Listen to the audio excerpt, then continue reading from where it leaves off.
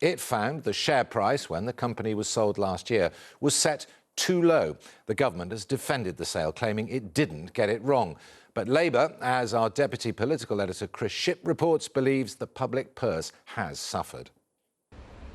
The report into the government's sale of the 500-year-old Royal Mail doesn't hold back. The shares, says the public spending watchdog, were priced at a level substantially below that at which they started trading. In other words, ministers sold it on the cheap. They could have got hundreds of millions of pounds more. 6 months on, it is now clear that the government could have got more money for the taxpayer. It could have sold Royal Mail for more. But Vince Cable's aides say they'd rather be criticised, as today, for being too cautious, than to have been criticised for being too risky. Too high a price, they say, and this massive privatisation could have failed. Mr. Speaker, the last thing I intend to do is to apologise. The business secretary was forced to justify the sale when he was called to explain it in the Commons today. The reason why the department was cautious was because of the very real risk that the flotation could fail. There are no two ways about this, Mr. Speaker. This report delivers a damning verdict on the government's botched privatisation, and it has left taxpayers disgracefully shortchanged to the tune of hundreds of millions of pounds. The original sale in October last year raised almost £2 billion for the government, but the shares leapt on the first day. Shareholders, not taxpayers, benefited from an immediate £750 million profit. And based on Royal Mail's share price yesterday, the taxpayer has potentially lost £1.4 billion from the sale. Vince Cable was telling everybody it was froth. The share price would settle down. Well, it didn't settle down, and now we have the National Audit Office telling everybody that £1 billion was lost to the British taxpayer. So the union was warning what would happen, and we've been proved right. And the shares, which sold for £3.30 each, were a short time ago trading at more than £5.60. That is not what Vince Cable predicted. Chris Shipp, ITV News, Westminster. Our business editor, Joel Hills, is also at Westminster. We can speak to him now. Joel, the government clearly taking an awful lot of flack for this. Is it fair criticism?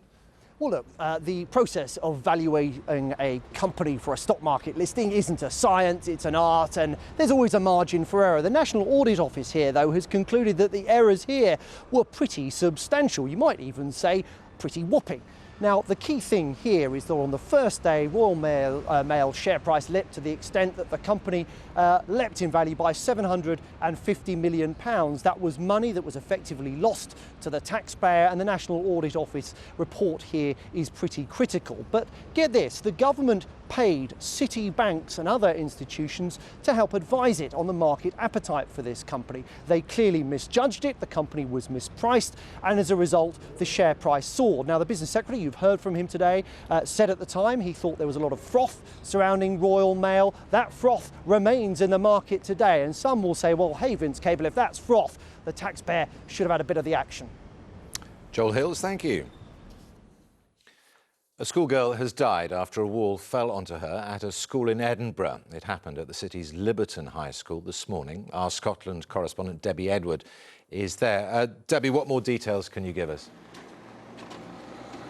Well, still not a lot of detail this lunchtime, but we understand it was an internal wall in the school's gym hall which collapsed on top of a first-year schoolgirl just before 10 o'clock this morning, trapping her beneath the rubble. That prompted a major instant response with the police, fire service and ambulance crews all arriving here within minutes.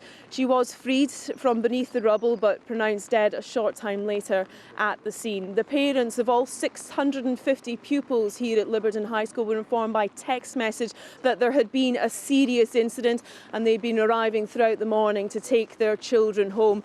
Clearly very distressing for all of the pupils here who would have known that young girl, and particularly her classmates who would have witnessed what happened inside those changing rooms.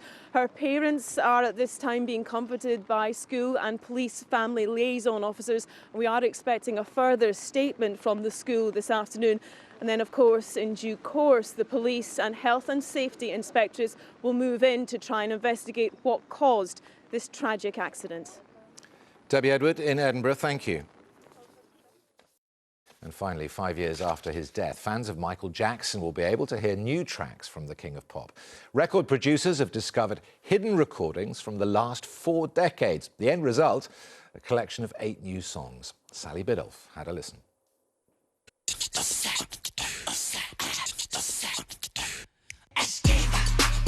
The sound is unmistakably Michael Jackson, but Escape is a very different album, a Beyond the Grave collaboration with big-name producers. News of the release broke on Twitter, Jackson's account still reaching almost 1.5 million fans 5 years after his death.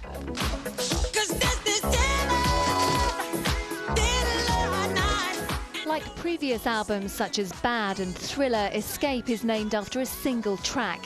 It's a mix of unheard vocal material from Jackson reworked by producers.